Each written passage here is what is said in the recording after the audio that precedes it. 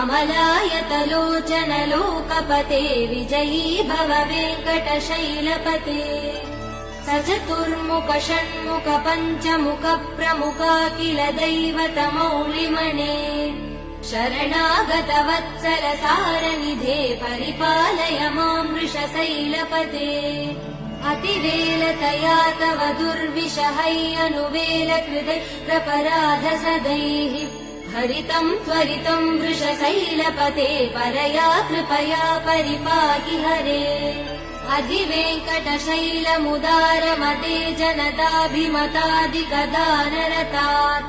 परदेवदया गदितान्निगमै कमलादयितान परं कलये